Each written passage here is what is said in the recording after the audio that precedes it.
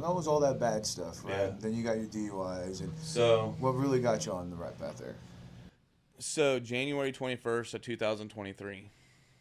That was the day my best friend Harley was killed by the Sumner County Police. The Wellington police shot and killed him in his own house.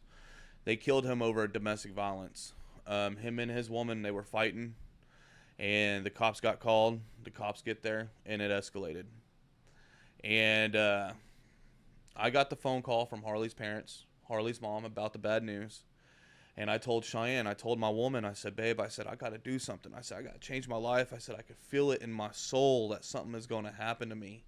I could feel something down in my bones that something is not going to go good. And she said, well, what are you going to do? And I told her, I said, Cheyenne, I said, 2 weeks ago, Harley was at my grandma's house, and that's who I live with. I said, Harley was talking about getting help and getting right and going to church with his grandma. I said, Cheyenne, I said, we agreed to go. I said, but we never made it. I said, I'm going to go and I'm going to ask Grandma to use her phone to call my Uncle Tony. And so Harley died Saturday night. So Sunday comes and I called my Uncle Tony. I used Grandma's phone and I called my Uncle Tony. And I told him everything. I told him the dope I'm on.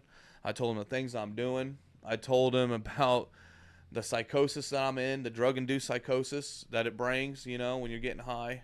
And I told him everything. Told him about Harley's death. Told him about Harley wanting to go to church. And I really called my Uncle Tony expecting him to pay for my inpatient treatment. But Tony didn't offer that. Tony asked me, he said, Jesse, you said something about going to church. How about we start there? And